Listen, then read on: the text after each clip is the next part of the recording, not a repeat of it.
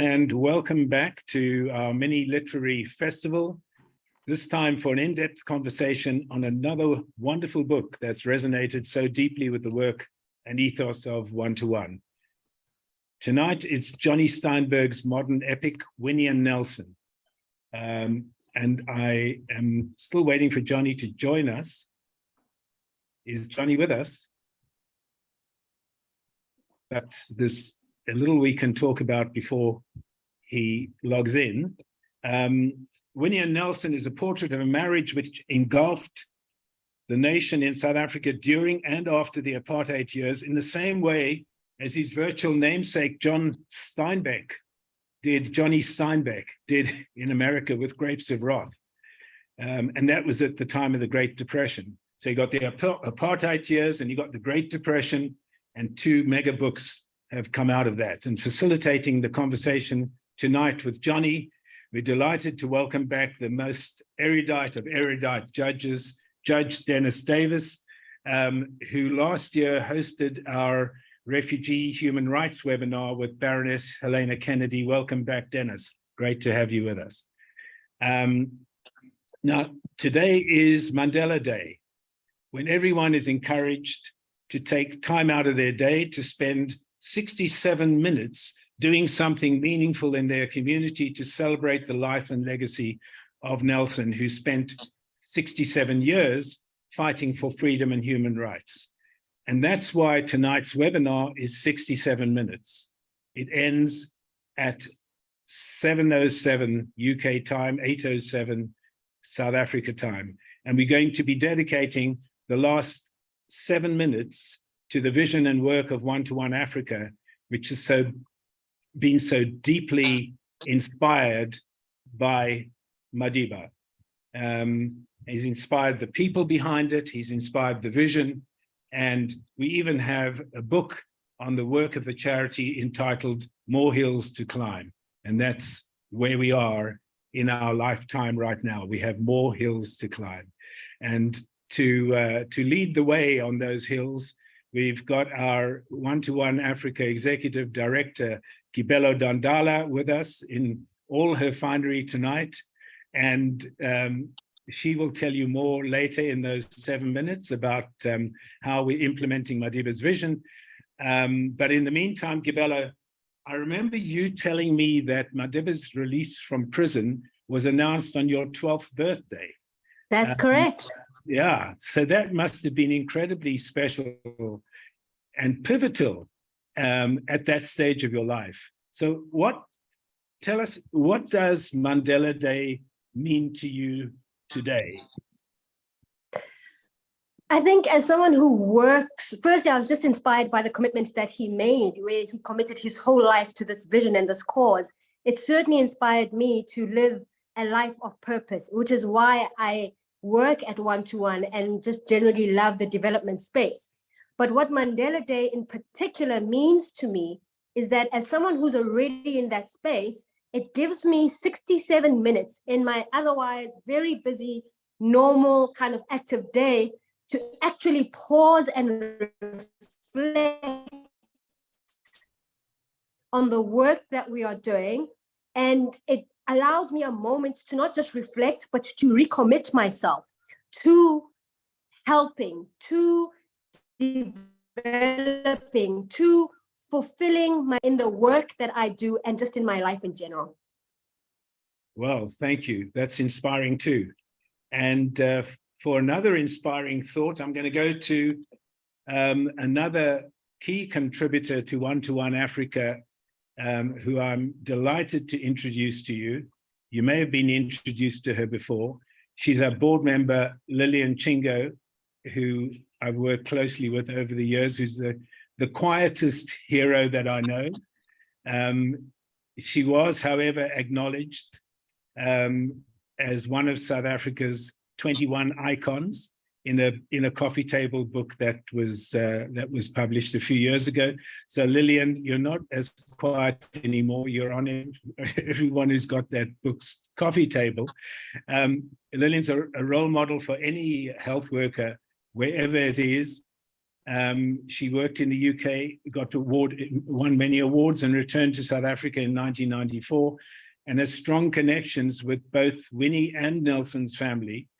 So more than appropriate that we have you with us this evening, Lillian, as someone who really understands especially the rural population of South Africa, where both Winnie and Nelson come from, and their needs that are being fulfilled now by 1-to-1 and its work in the Eastern Cape. So Lillian, wonderful to have you with us. And if I may ask you, what is the same question? What does Mandela Day mean to you now after all these years? Well, first, Mandela Day makes me very emotional, but at the same time, very proud that the Eastern Cape and South Africa could produce a man who could influence South Africa and the world so much.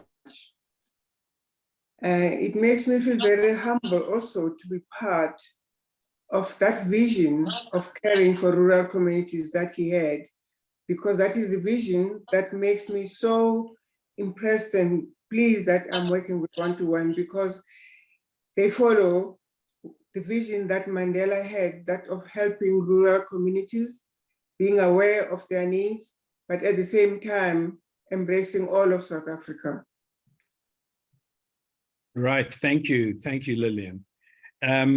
So we'll talk about all of that a little later, how we're trying to emulate the values by which Madiba lived. And I can't see Jonny on my screen, but I hope he is with us. Dennis, would you like to take it from here? Yes, I'm just wondering, have we not found Jonny? Michael, are you any wiser for us? I just thought maybe I couldn't see him on my screen. I can't see him on mine either. That's the problem. I'm happy to tell me, but I'm rather anxious not to. I mean, this is a magnificent book that he should talk about, not me. Right. Okay. Well, why don't we just talk about, while we're waiting for him, we can take the last 7 minutes now and talk about sure. Why don't you do that? Contribution that we're trying to great make.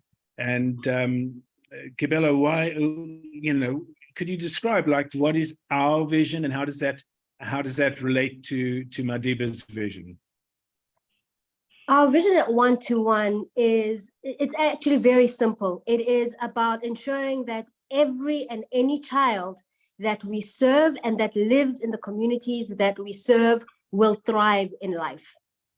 We have the child and the upliftment, the development of the child at the center of what we do. How do we do this? We do this through supporting the child. We do and focusing on their health and their cognitive development. We do this by focusing on the mother, through focusing on maternal health. We do this on focusing on the wider community, the village that is actually raising this child, by having an adolescent program. We have a male engagement program, and we even have an ECD program. So our vision at 1-to-1 is about making sure that the child thrives. And I could say that some of the lessons that we took from Utatu Mandela and his legacy and Umamwini, there are three that come to mind so easily. And the first is around collaboration, that everything we do is about collaboration with the communities in which we work, and even with the Department of Health as well. So everything is about collaboration. The second thing is that it is about co-creation. We create the solutions together. So we can come as 1-to-1 with a solution for maternal and child health. But how we implement that is hand in hand with the community. How, you ask? We employ local women, and they become the custodians of our work. They are the ones who do the work. They are the ones who provide that primary health care and that provide health education. which brings me to the third point in terms of what we took from Utatu Madiba's vision in our work. It's about education, education, education. These are ordinary women who do the work, but we upskill, we empower, and we train them by providing them with education. It is this education that they take door to door in every single household in the 35 villages in which we operate. And through them going door to door, they share knowledge, they share information, and they provide care. And all of this allows our clients to know how to handle their health and how to take care of their children's health. And that's why in our communities, we have virtually managed to eliminate mother-to-child HIV transmission. That's why in our villages, we have managed to virtually eliminate maternal morbidity. Why? It's not because we bring anything other than knowledge and some basic care and support. And these principles we take directly from the legacy of Tatu Madiba, who incidentally comes from the same district, OR Tambo district, where we ourselves operate as one-to-one. Great. Okay, that's fantastic because Jonny's appeared. Hi, Jonny. Good to have you with us, and it's an actual great link that Gibella's just made, because one of the 35 villages that we work in and we supervise the community health workers from the clinic is the Siki Siki, where you spent a lot of time and where your wonderful, wonderful book that inspired so many of us in the business at that time was the 3-letter plague, the story of Sizwe. And Lillian comes from a village close by, Flagstaff. And so we are all very, very connected this evening. But having said all that, I want to hand over to Dennis, who the link with Madiba is also very present, because you were appointed by Mandela as a judge at the High Court of Cape Town, as well as judge president of the Competition Appeal Court.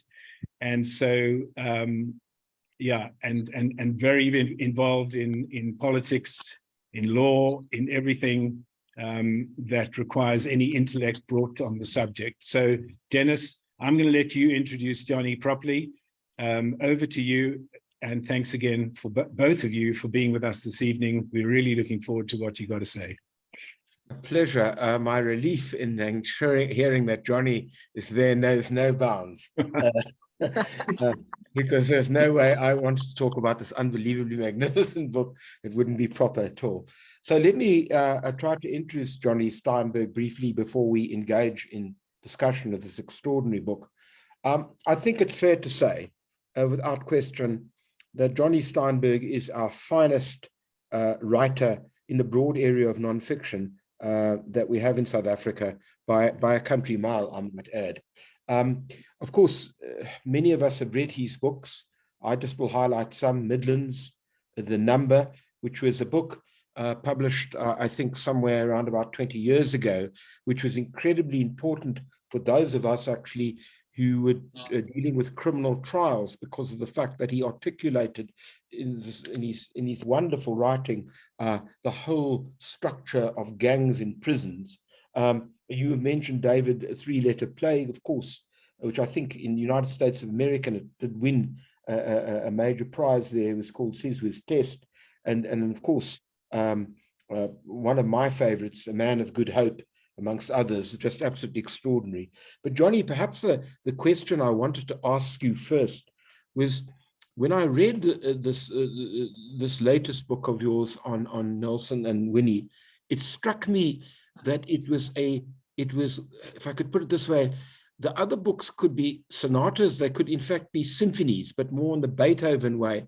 This was almost like a Mahlerian proportion. It's an extraordinarily magnificent, but a book slightly different to the others that you've written, because it encompasses not just Winnie and Nelson, but the entire history from the 50s through to the present day.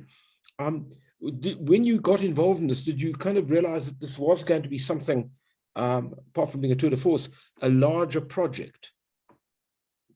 Dennis, thanks for the very kind introduction, and apologies everybody for being late. I for some reason just couldn't get into the Zoom conversation, but I'm I'm delighted that I'm not the only one who struggles with that from time to time. Carry on. Well, Dennis, in a way, the subjects, Nelson and Winnie Mandela, allowed me to tell a broader story, because they, from the beginning, very self-consciously wanted themselves and their marriage to tell the story of their people. They mythologized themselves in a very deliberate way. They were both consummate performers. They both, very unusually in their times in the 1950s, understood that celebrity was not frivolous. It was deeply political and substantial. And they chose to become celebrities. They chose for their marriage to be a political tool, and to embody a struggle for freedom. So in a way, just being faithful to the two of them was about telling a larger story. It was their gift to me as a writer about them to be able to talk, I think, very intimately about them as human beings, but quite seamlessly as well about a whole, epic national story. Yeah, I mean, because basically when I read your book, some of the stuff I remembered, some of the stuff I was involved in, some of the stuff I clearly forgotten. And it really is a kaleidoscope of our history. Now, dealing with them, I wondered, when I started with your introduction, I got the idea eventually, but I thought initially, when you spoke about the fact that their marriage wasn't just what it appeared to be a marriage, but it was a political kind of structure, narrative. Was it them, and how was the ANC involved in this to some extent? Was this something that they supported, something that they knew about? The Tambo, who was obviously very close to Mandela, would he have kind of been aware of this as being absolutely central to the way the ANC were kept on the public agenda? Well, the ANC caught up later. So this is happening in the 50s, and it's really Nelson and Winnie who, and I think just intuitively understand the power of what they look like together, and the fact that them together tells a story. And it's only really in the late 1970s that Tambo twigs that this is an absolutely golden gift to the movements, this marriage, and that it can be used to tell the anti-apartheid story. And it all happens around Nelson Mandela's 60th birthday in 1978, where a very, very forward-looking visionary functionary in the United Nations, a man called Reddy, says to Tambo, should we celebrate Nelson's birthday? And Tambo immediately understands what this means. He immediately understands that we're making a myth, making an icon out of a man and out of his marriage. And he very deliberately does not take the idea to his organization because he knows that they'll reject it.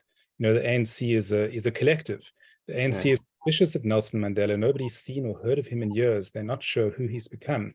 And so he just rides with it. He goes with it until it becomes too big to stop. That's fascinating. But then just going back to the beginning, the transmogrification of Nelson and Winnie, which you document, is fascinating. Because if I take him, for example, somebody who I know you interviewed, who was Leon Levy, had told me a long time ago that when he was on the treason trial with Nelson, when it started, he really had a very cynical view about Nelson, thought he was a playboy and a showman and lacking substance. And he said it was at the treason trial that he realized that there was something extraordinarily considerable about the man, the way he cared for all the other prisoners. So, when Mandela meets Winnie, he's in that Oldsmobile fancy suits. I didn't realize that he got the same suits as so much of the wealthy people until I read your book. Is he at that particular point in time already thinking about this, or is this something is it a total kind of growth as they go through this process? Well, Leon Levy wasn't alone. A lot of people in the 1950s understood Nelson Mandela as frivolous. He was an infamous womanizer. He was very flashy. His suits were much more expensive than he can afford. The car was somebody a sports star or a boxer would drive. And, a lot of people laughed at him behind his back. But the one person who didn't, the one person who saw what he might become literally from the moment he laid eyes on him was Walter Sisulu. Yeah. And, Walter Sisulu met Mandela as a very young man. Mandela was 24. Mandela walked into Sisulu's office. Sisulu was an estate agent. And he said, the moment I saw this man, I understood what he could become. And he really laid the path for Mandela. He got him into a law firm as a clerk. He got him into university. He steered his course through the organization. It's almost as if Mandela had a guiding angel on his shoulder, and would not have become who he became without Sisulu. And I think perhaps Sisulu saw what others couldn't, because they shared an Eastern Cape politics. And what Sisulu saw when Mandela walked into the room was not just a regal 6'2" man with broad shoulders and a flashy smile, but a mission-educated aristocrat, and a real organic grassroots sense that in Black popular culture, what this man could mean, that he was groomed to be a leader, he was styled to be a leader, something that Leon Levy might not have understood. Well, he did eventually, but he certainly didn't then. Yeah. But I suppose in some ways then, because your book goes beyond them, Walter Sisulu is almost like an unsung hero. In fact, he's one of my heroes because he's exactly the opposite of Mandela. He's understated and quite modest in all sorts of ways. And yet he was the one who really understood. But the interesting thing about him, and you documented, which I found fascinating, would he have been somebody, because he spent all those years on the island, if he read your book now, I know you wouldn't able to interview him because he was dead by then, would he have been somebody who would have said, aha, yes, he's got it absolutely right, that's exactly what Mandela went through, this kind of almost schizoid relationship with Winnie, where he was angry with her, frustrated with her, but loved her at the same time? I wouldn't be presumptuous enough to guess what Walter. Sure. It's maybe an unfair question. Yeah, sorry. Yeah. I really have no idea. But I think that's, I think Mandela came pretty close to losing his mind in prison. 27 years in prison for anybody is punishing and cruel beyond any measure, beyond any saying of it. And particularly for a man like Mandela, who is exuberant, who lives in the present, who is full of joy. I mean, imagine living this high-octane, adrenaline-filled life in the 1950s, full of danger and a lot of extramarital sex, a lot of quite sort of a big ego man. and going from that to being a prisoner, for somebody like that, it's very hard. And I'm not sure that he would have survived intact without having Walter Sisulu at his side. Somebody who had been through everything with him, who was a witness to who he had been before, saw him through his first marriage, his divorce, his second marriage, rising through the leadership of the ANC. I think that Mandela could look into the eyes of this man and see himself, see who he had been, see the arc of his life. So that friendship is absolutely pivotal to Mandela and his survival, really. So just talking about the marriage, I mean, this is a discussion that I've got to budget my time because there's so much I could talk to you about. But if I could talk about the marriage for a moment, I suppose what you also document, and you were very fair about this. I want to come to Winnie a little bit in a moment, but you were fair about the fact that you didn't, and I can understand why you wouldn't have been able to publish this or wouldn't want to write this when they were alive. But you were fair to the fact that he was a womanizer, and she certainly was rather active in this department as well. I mean, there's a chap Samson right early on. So Mandela must realize early on that before, in fact, he goes to prison, that he's dealing with somebody he may love deeply, but this is going to be a very problematic marriage. Yeah, I think that both of them understand that.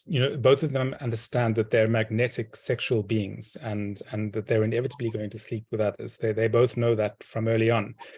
And it's a source of tension between them from the moment they get married. And there's quite an amusing scene in the early 60s when Mandela is deep in hiding in Rivonia, in Lily's Leaf, and elaborate arrangements are made for Winnie to come and see him, and he's cooked for her to show his love for her. He's never cooked for her before. I mean, he's a patriarchal mid-century man. Here he's cooked for her. And she said, "Who the hell taught you to cook? Who have you been sleeping with?" So it was absolutely an issue between them from the beginning. So in a sense, therefore, the fact that you've got that, and then he's there for 27 years, I suppose to some extent, this was always going to be an utterly unusual relationship. I mean, in the sense that it would have been unusual for anybody, but given the dynamics of these two people, I suppose when I read it, not because it's not wonderfully written or not because you aren't exposing something that's really important, but it's almost when I come to the thing, I thought, well, you can't be entirely surprised. Or am I wrong about that? You know, when he went to prison in 62, when he was 26 years old. Yeah, that's the other thing, yeah. And you know, he understood that he was gone indefinitely, that she was young, and didn't expect her to remain celibate, and told her that. And they had that understanding. And it really would have been unreasonable for him to expect that. But what he did expect was discretion, and that she didn't give him. You know, her love life was explosive, uncontrolled. I mean, she took the most puzzling decisions, including, you know, having relationships with police informers and knowing that they were informers and going on. You know, she really is a very complex, very opaque person. I don't think that Mandela quite understood how volatile and unstable the person he married was until the very end. And that's partly a function of being a prisoner. You know, the years go on, and to be a human being, he has to keep reimagining who he was before he went to jail. You know, he doesn't have a life in the present. He needs to relive the past. And he really makes a fantasy of her in prison.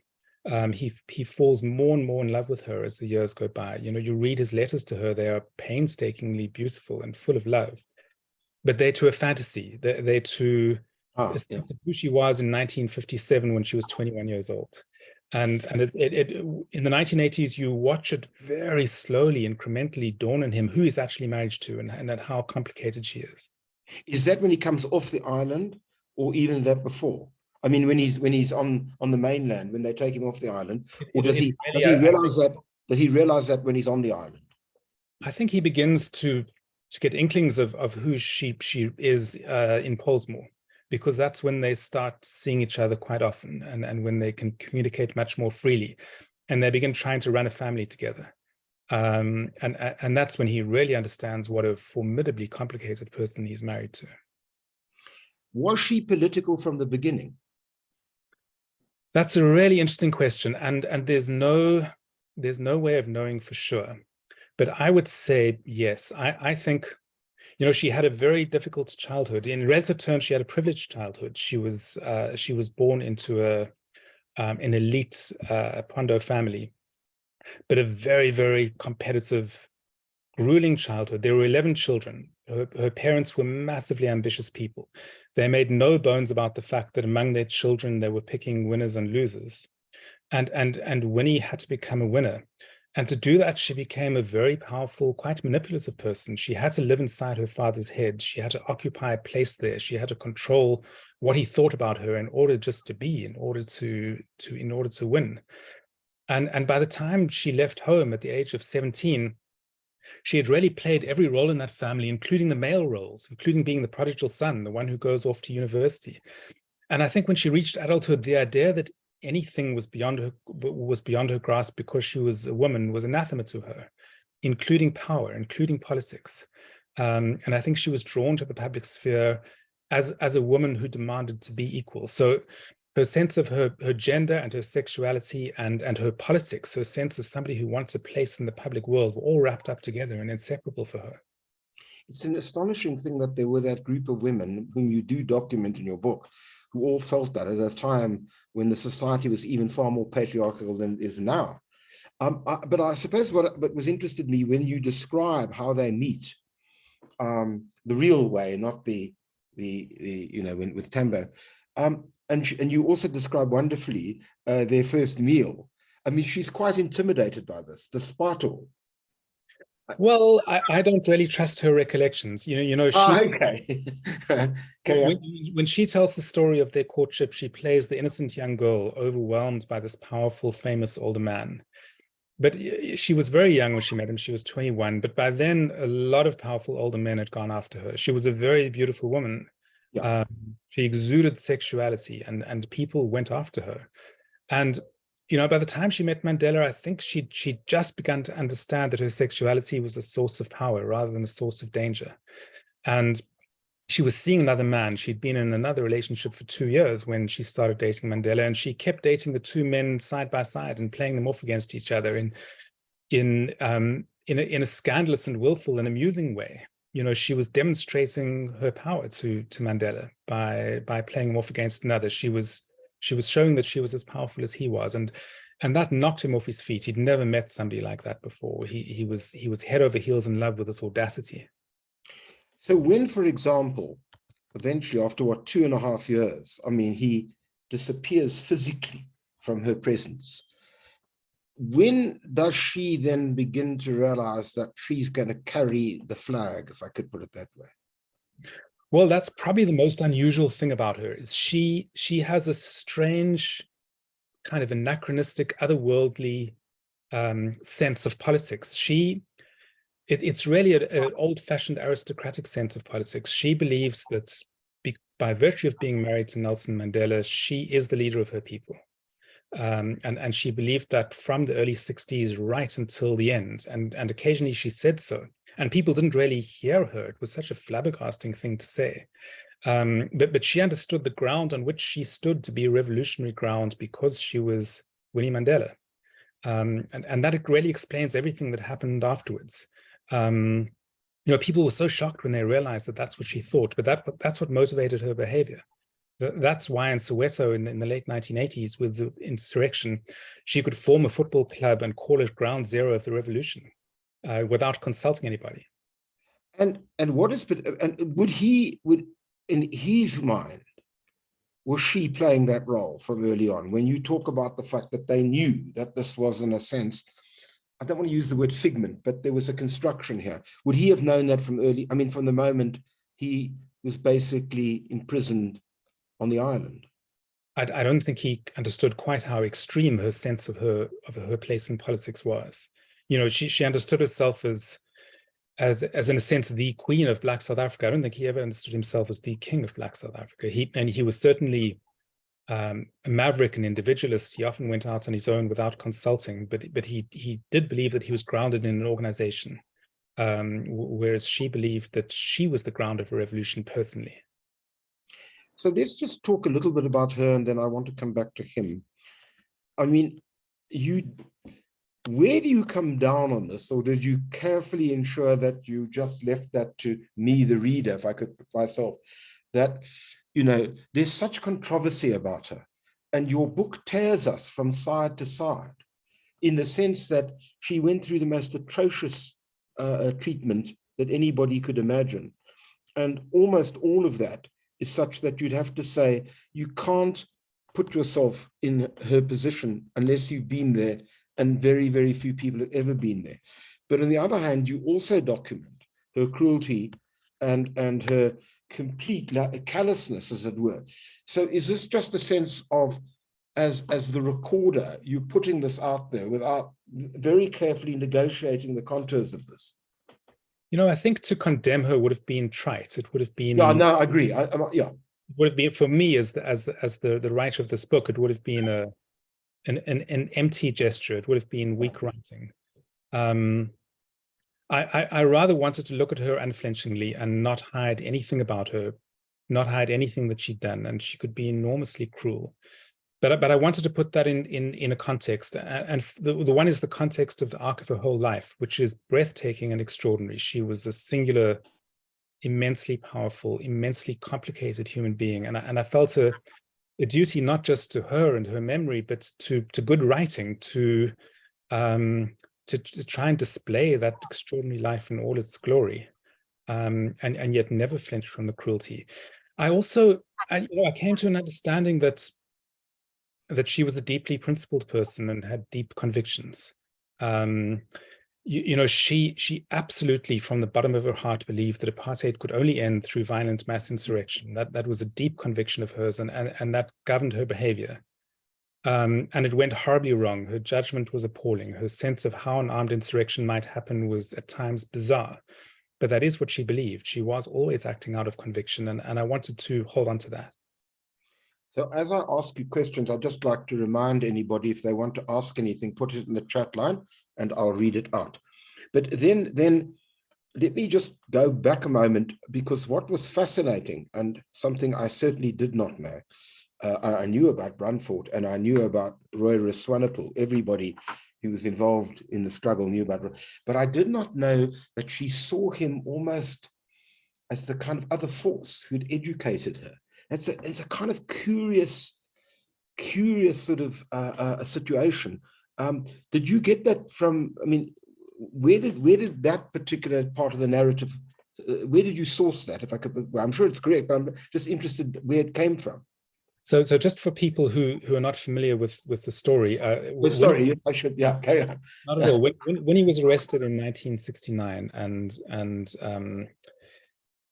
suffered a terrible experience, she was interrogated by this man called Tian Swanepoel for 5 days and nights without being allowed to sleep, and then thrown into solitary confinement for 17 months and put on trial. It was a horrific experience.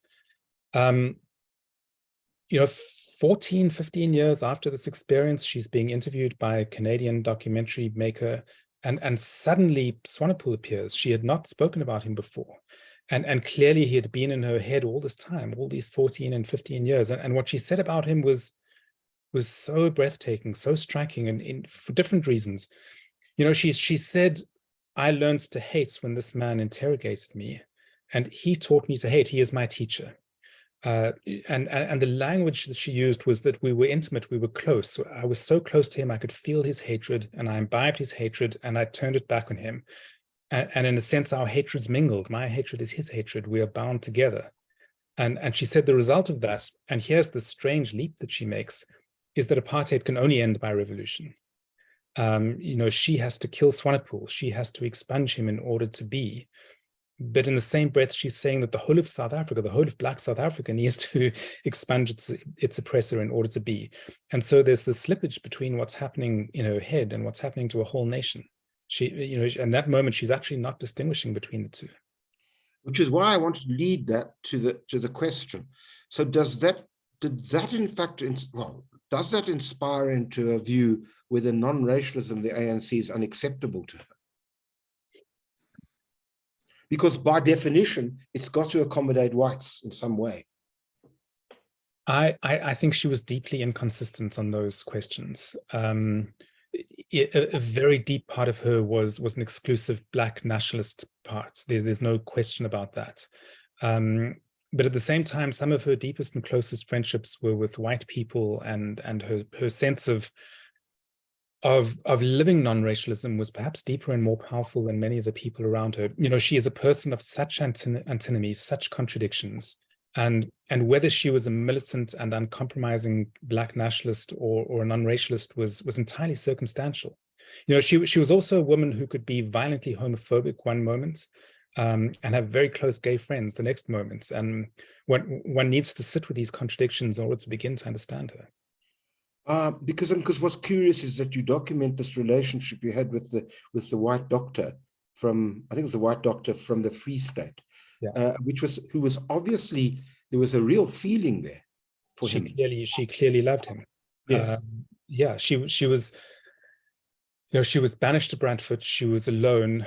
Out of anybody in the world, Winnie Mandela cannot handle being alone. She is boundaryless. She needs a deep and intense connection to another. And she was denied that in Brandfort, and it was driving her crazy. And a white doctor from Welkom contacts her out the blue and says, how can I help you? Yeah. And the two become not just lovers, but very intimate lovers. He dies under very strange circumstances, probably killed by the security police. And you look at her mourning in the wake of that, she is grieving very, very deeply for this man.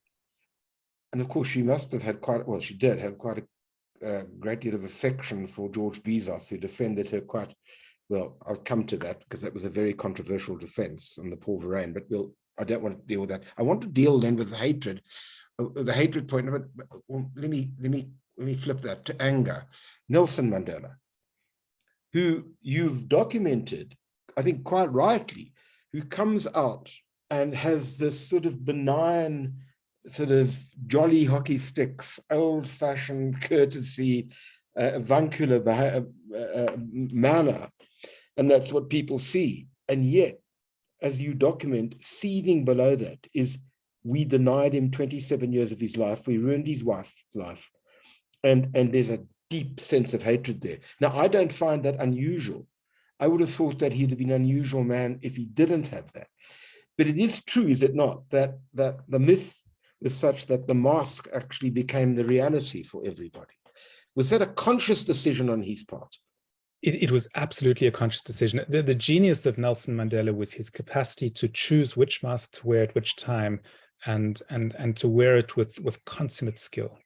And if you look at the course of his career from the early 50s to his death, there are a dozen masks. And he wears each one according to the circumstances. So in the late 50s, he's a suave lawyer because, projecting a stylish urban black man is politically powerful. Within a year, he transmogrifies into a Castro-like gorilla, with a trench coat and a beard, and lost the parting to his hair. He's then a martyr and a Jesus figure. When he comes out of prison, he decides that this is what his country needs. His country needs him to look benign and avuncular and lovely, because he wants to avoid civil war. But that absolutely isn't how he's feeling. He's somebody who's describing his life as a tragedy, and a tragedy brought on him by his enemy. And he's filled with anger. And the moments where it explodes, the moment where he actually shows it, are revelatory and powerful. But when, for example, and I think you do document this, but I knew this because Fink Haysom used to tell me this often, that Mandela would embarrass white people by telling stories. The story I think you tell where he's traced out to go and get coffee or something because the white secretary is embarrassed to sort of see. I mean, was that deliberately done in order to sort of discombobulate white people, for him to remind them of what he came from? Or was that just also part of the charade, because there was a far deeper anger than just that? I think that's a soft and subtle expression of deep anger, and he did that a lot. Yeah. So, for instance, I mean, there's so many stories, but just one. In 1946, he walked into a law class and full of white people. He was the only black person. He sat down in a chair, and the man next to him got up and went to sit somewhere else. 50 years later, he's the president of South Africa. And he asks Jules Brody, who was a fellow student of his in law school 50 years earlier, to call a reunion of his law class. And he says, Jules, that man who got up 50 years ago when I sat down, invite him. I want to talk to him. The fact that he had not forgotten that slight half a century later, the fact that he'd won, he was the president, he was powerful, his country was free, the fact that he still had an impulse to rub this man's face in it, to humiliate him back, that speaks volumes. How much, however, was Nelson Mandela's life frozen because of those 27 years? One of the stories that Jules told me in relation to that was that when that event occurred and they all waited in Jubilee Hall, not Jubilee Hall, in the big thing, and the lift came up and all of the graduates, those who are still alive, had come, and Mandela walked out and greeted one of them and said, "How's your brother?" Who burst out, he said, "My brother's dead," and he burst out crying, to believe that Mandela could still remember that. Was there a sense in which so much of Mandela's world was frozen in that from the 1960s, precisely because he was in prison for so long? Oh, yeah. Yeah. Absolutely. And that's such a profound point about him. There's a letter he writes in 1976 where he says, "I don't have a life anymore. My life is in the past. And my only access to it is through the letters that I receive, and I read them over and over and over again." And you look at his own letters, he redescribes in excruciating detail everything that happened in the 1950s. He is reliving the 50s again and again and again. But every time he relives them, they become a little less real, a little more fluffy and nostalgic, including his wife. And so by the time he walks out of prison, his head is full of the 1950s. But it's a very hazy, idealized view of the 50s. And yet he knows that as well. He knows that he's living in a very old and fading fantasy. And that's why he describes his life as a fantasy. That's why he says, "I essentially had a huge chunk of a human life taken away from me, ripped out of me, and there's not enough left." So just then moving on, just to link the two of them, one of the many things I learned in the book, which I should have known but did not know, or certainly didn't pay enough attention to, was Winnie's trial and Nelson's role in that trial on the Stormpe trial, in which he literally supported her to the hilt. Now, he must have known something about this. Was that just, I mean, what was going on there?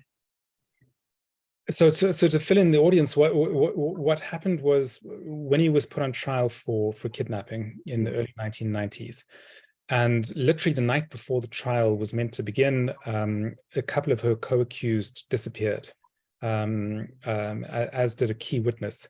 And it turned out that ANC people had taken them across the border into the frontline states so that they would not be at the trial. And although Nelson Mandela didn't order that personally, he knew that it was happening. You know, the people he'd put in charge of managing Winnie's trial had done this, and he knew that they'd done this.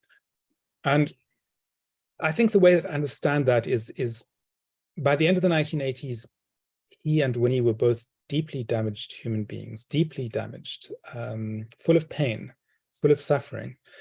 And at the same time, he'd just become one of the most powerful people on the planet. And for those 2 years, 1990 to 1992, where he was reeling, he had no personal foundations. He wasn't sure how to reconstitute a human life for himself. He used that power in the wrong way. He used his political power to try and reconstitute his personal life and his marriage. And that's one of the ways in which he did it. He tried to save Winnie from this trial by having people spirited away. It was a lapse, and I guess quite a very uncomfortable lapse, but I think it lasted about 2 years. I think that's how long it took for him. You know, this was a man who'd been away for 27 years. That's how long it took for him to begin to understand what his power was for and what it wasn't for, and how he could reconstitute a personal life and how he couldn't. He was very discombobulated at the time. It took him a couple of years to find his feet. Because that, in a way, it's kind of, I mean, that was really an exposure about him, which put him in a light that most certainly was not in the public domain. I mean, in other words, no disrespect, but what you've documented about her partly was known, partly wasn't known, but I suspect people had that image of violence. Certainly on a personal level, I could just introduce, I happen to, thanks to Ramaphosa, be the chair of the disciplinary committee, which actually had to deal with whether they should expel her from the ANC. And I spent 2 very lonely weeks with Linda Zama in Shell House. And one night, Linda Zama said to me, "Will you take me to a different hotel?" And I said, "Why was that?" naively. And she said, "You never know when you're dealing with this matter as when people disappear." And that's always haunted me. But the point I'm making too is that he obviously knew at some point about that. And it must have been a terrible conflict for him. It was, and I mean, I would even say that for him, it was his zone of paranoia, where the more he'd find out about what Winnie had done, the more he thought either she hadn't done it and the apartheid state had conspired to set her up, or she had actually done it, but they had damaged her and it was their fault and never hers. And, you know, we spoke about him having a seam of hatred in him and a seam of anger. That hatred and that anger really came out in relation to her. You know, he felt these people have destroyed my wife. Yeah. And so even when it comes to her kidnapping people, you know, her ordering the deaths of people, he says it's their fault. They did this to her. She was a wonderful woman before they got hold of her. And yet, John, despite all of that, somehow, was it the pragmatism of Mandela which holds him together to steer the country into this constitutional era? Is that what, I mean, he must have had these extraordinary conflicts in his own being if he had all those feelings which you totally luminously document, and yet he's utterly crucial to the constitutional state that we got in 94. Well, by the early 90s, he is a master of self-control. And if he had allowed his anger to let rip, if he'd allowed his anger to dictate his politics, he would have failed in a way that was utterly inconceivable to him. He would never Even though he showed that when he rebuked the clerk on that one occasion. Well, I think he could express his anger in and then reel it in. He would never allow it to determine his trajectory, to determine his path. And he occasionally said that openly. He said a couple of times, "I'm a very angry person." But if I allow that to guide me in my public life, I will have failed my life's vocation, my people, my role in history. I could never do that. And I don't think there was ever a question of him really losing control. In 91, 92, there were people around him who thought that he had lost control. They thought we'd made a monster here. We made this man into a myth, and he's not up for it. He's going to bring us all down to defend his wife. But he didn't do that in the end. You got that. So then there are two aspects. One, just a general point, which I want to deal with, and then just a methodological one. The general one is, if there are two themes that come out of your book, I mean, there are more, but there are two. There's the broad theme of what this marriage did for, if you could call it, for liberation politics in South Africa, absolutely crucial to that. We discussed that. There's a second theme, which you deal with, and I suspect probably might have wanted to deal with more in some ways, which is the generational theme, which is the fact that Nelson Mandela, on your picture, and I think quite rightly so, represented constitutional democracy despite all his anger, and she represented revolutionary action. Now, what you seem to indicate is that the latter appealed to the younger generation. I'm just interested as to whether that holds true today. And let me try to explain what I mean. I've always been intrigued by the EFF, who's tried to use Mama Winnie as their icon. And yet they never seem to get more than 10 or 11% of the electorate. And even now, when polls are being predicted, that looks to be their threshold.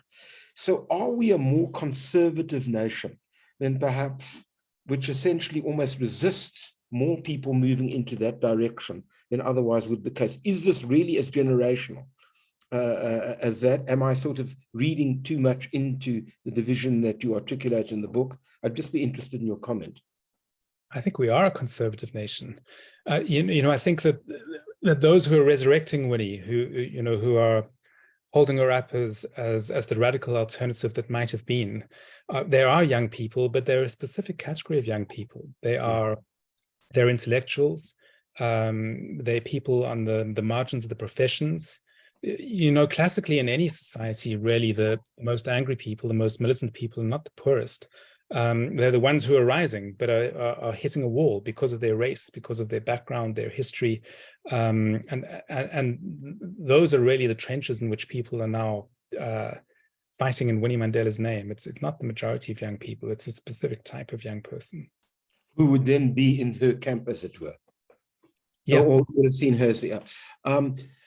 And so, of course, I don't know the answer to this. I suspect you may know to some extent, but I'd be interested in what reaction you got, particularly from Black South African readers. Did you get a lot of anger? Who the hell are you to come and kind of bash our icons in this way? Or did a lot of people say, gee, we kind of got it, in the sense we empathized with the count that you gave? I've had all sorts of reactions. I've had some of that, but not actually as much as I was expecting. I guess the reaction that's unsettled me most is from elderly and late middle-aged people, generally with more sympathy with Nelson's politics than with Winnie's, saying this is too intimate. It gets too close. There's too much vulnerability here that respecting these people means keeping a distance. And I don't really have an answer to that. I did get as close and intimate as I possibly could, and I tried to do so in a way that respected their dignity and held that. And when people tell me I haven't, I guess that's the angle, the criticism that hits me most. Okay, fair enough. And then my final question, because I'd like to ask Lillian and Kubelo to comment, is just talking about the Coetzee archives. As a writer, I mean, this must have been a difficult decision for you to decide what to do about stuff which had been recorded secretly by the security police and then stolen by Kobie Coetzee, the ex-Minister of Justice, and which you located. I mean, how did you sort of negotiate that yourself? Did you have any doubt that you should put that in, or did you, as such, because these were intimate conversations? Fair enough, they supported your thesis, but nonetheless, I mean, they were, and they knew that they were being recorded. I suppose that's the answer, but I'm just interested in your. Yeah, so just very briefly to tell the background story, when Kwebu Coetzee became Minister of Justice and Prisons in 1980, he ordered his staff to record all of Nelson Mandela's conversations with all of his visitors. And by that stage, he and Nelson and Winnie were conducting their marriage through these visits. And so what I found was, you write about a marriage, you never expect to be let in that close. Every single intimate conversation between them over a 10-year period is recorded. And very, very uncomfortable stuff happens in those conversations. And I was never not going to use that material. I was writing a book about a marriage, and here was the marriage, blow by blow. It became a question of how to use that material, Gotcha. how to keep deep sympathy with both of them while showing what actually happened between them. Fine. Lillian, I'd like to bring you in here to, perhaps you might want to respond to the conversation that Jonny and I have had, or alternatively make your own comment. Yes, I would. But I just want to also highlight the importance of remembering where these two people came from. They both came from the rural communities in the Eastern Cape. So they had a connection already, and they had an understanding of what the rural people or people in South Africa had to undergo. Yes, they went to Joburg, and in Johannesburg, they found all the glitz and they flirted and fell in love. But they never forgot what the rural people of South Africa were undergoing. They never lost their vision. Winnie was determined to be a social worker. And that also shows that she had an interest in what was happening to the lives of not only rural people, but also South African Blacks in general.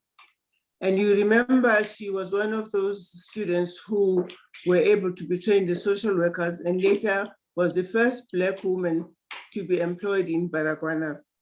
So that is the other aspect of this woman, who is proud, bold,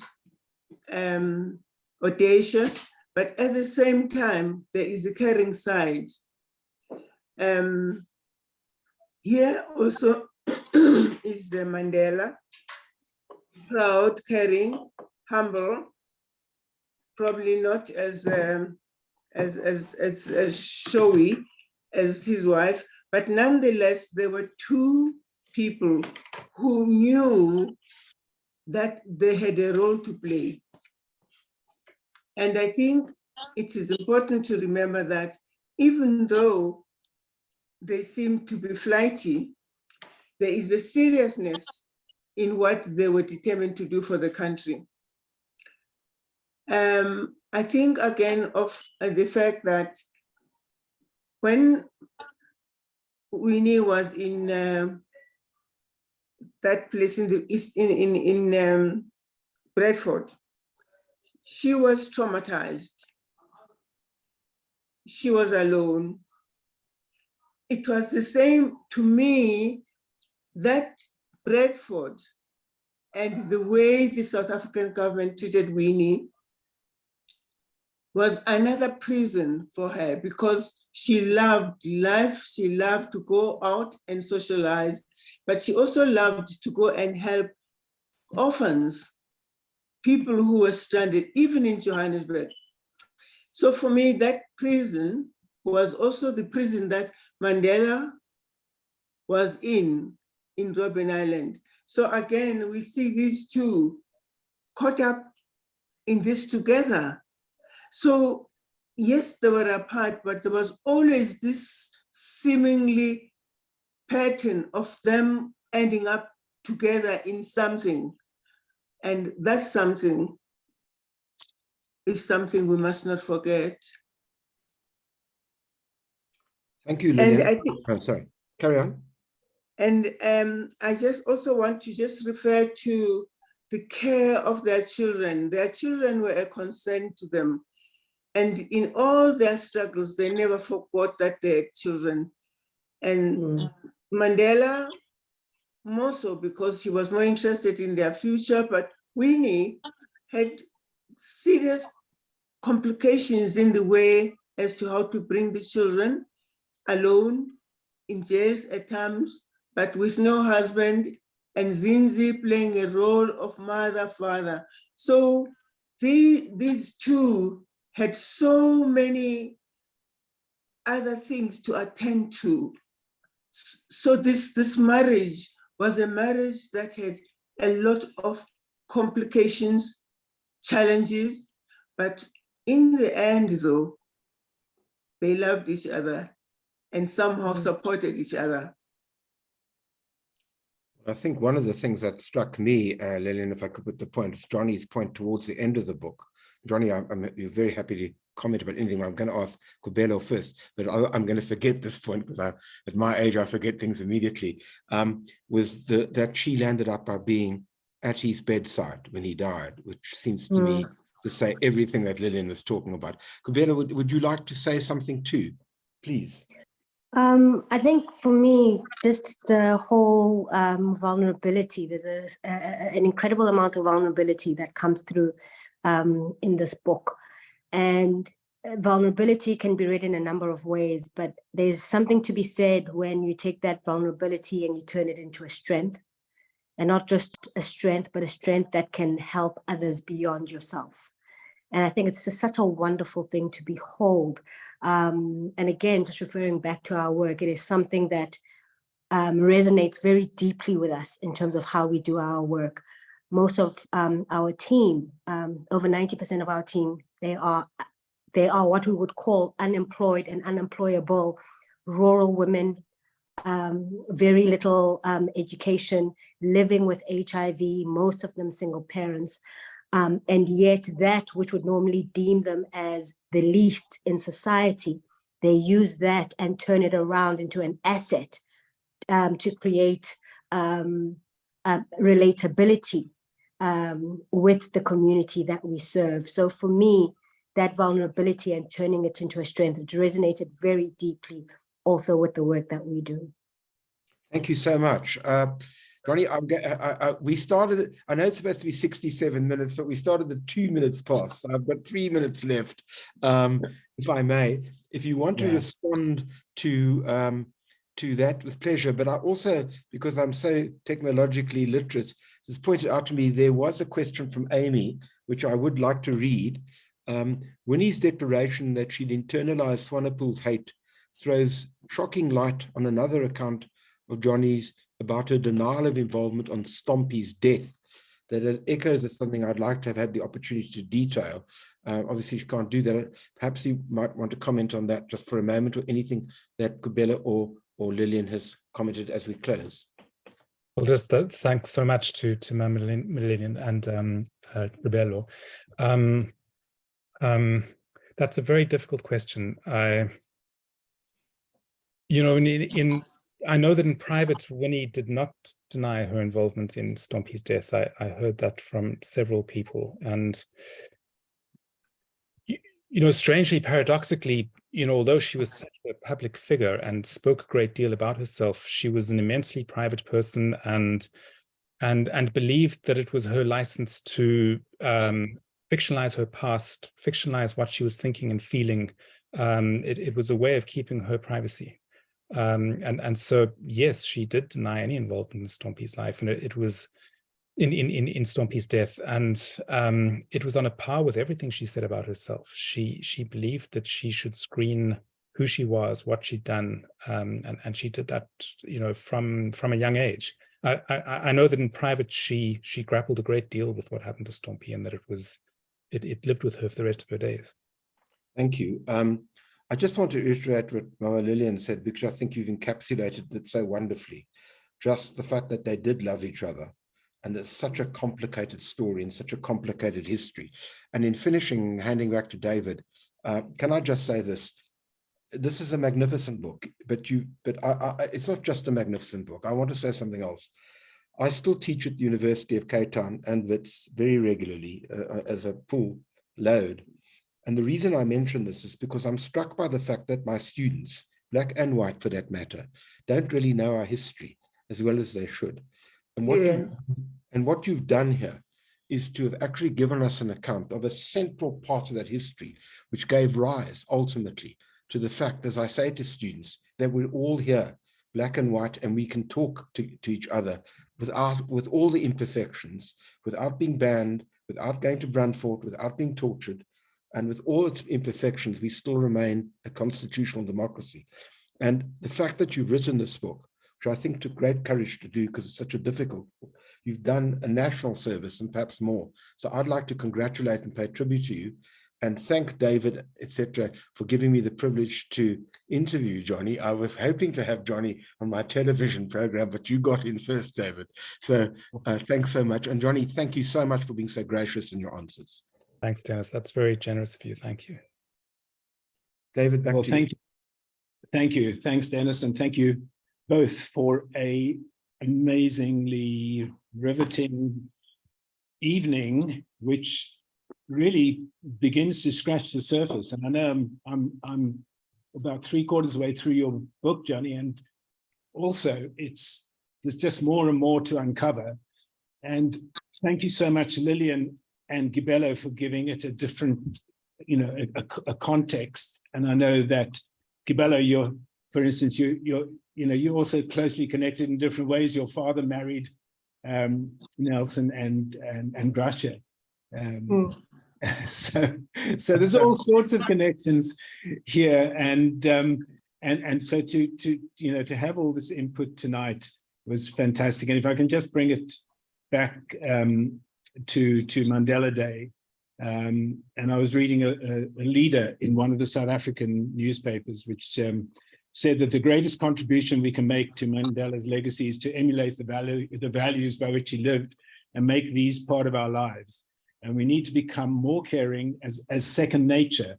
And I think he became that as second nature. As you said, Jonny, I don't think it was necessarily his first nature, but he grew into this. And I experienced it firsthand myself when we went to see him. And, it's thank you for coming to see me. Please, where would you like to sit? That he was just so generous and respectful. And so if we can become, as the newspaper leader says, more caring as second nature, more respectful, and we always need to think about doing more than we're doing, not because it's Mandela Day today, but because it's the right thing to do. And I think I'd like to leave everyone, including myself, with that thought. And to thank you and Dennis again for giving us something really, really special. And I hope Michael has recorded it, because I'm sure lots and lots of people will want to watch this. And Dennis, I'm sure everyone will be very happy, Jonny included, to have you on your television program. This is no, I am going to reach out to Jonny, I assure you. Yeah. Okay. This is something that should be debated consistently, David, for all sorts of reasons. Anyway, thank you so much. Okay. All right. Well, thank you very much. Thank you all. Thank you, everyone, for being with us, and have a great evening. Thank you, and thank you. 1-to-1 is doing the job, carrying Mandela. Thank you, Lillian.